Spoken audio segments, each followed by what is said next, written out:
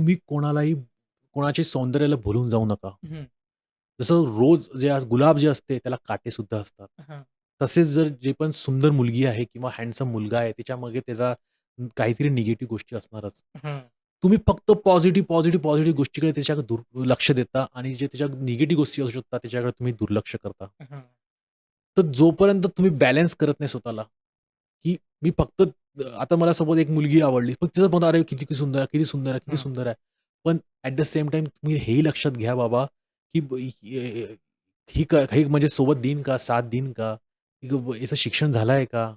पुढे जाऊन मुलाबाळांना ते शिकवेन का? हं, सर्व त्या गोष्टी तुम्हाला बघायचं आहे. ती का फक्त ती नुसता नट्टापट्टाच करणार. हं, तर या सर्व गोष्टी ज्या आहेत त्या तुम्ही आधीपासून तुमच्या मनाने तयारी पाहिजे, की मी फक्त एकच बाजू बघत नाही कोणाची.